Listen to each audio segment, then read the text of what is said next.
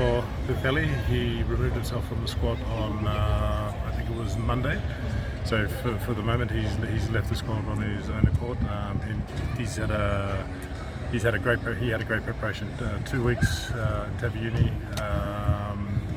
Also, the week back here in Nandi, he was outstanding. Leadership, training well, communicating well, leading the boys well.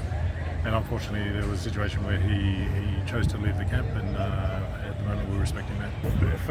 At the moment, no. So we've got quite a large squad of them. I think we've got 40 in.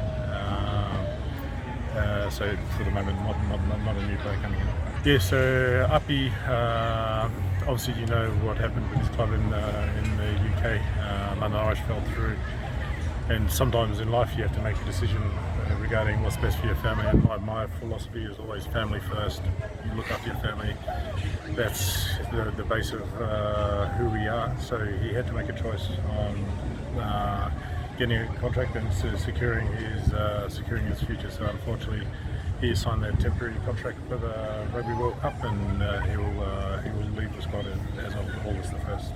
So we'll obviously look for probably one more lock hybrid to come into the squad.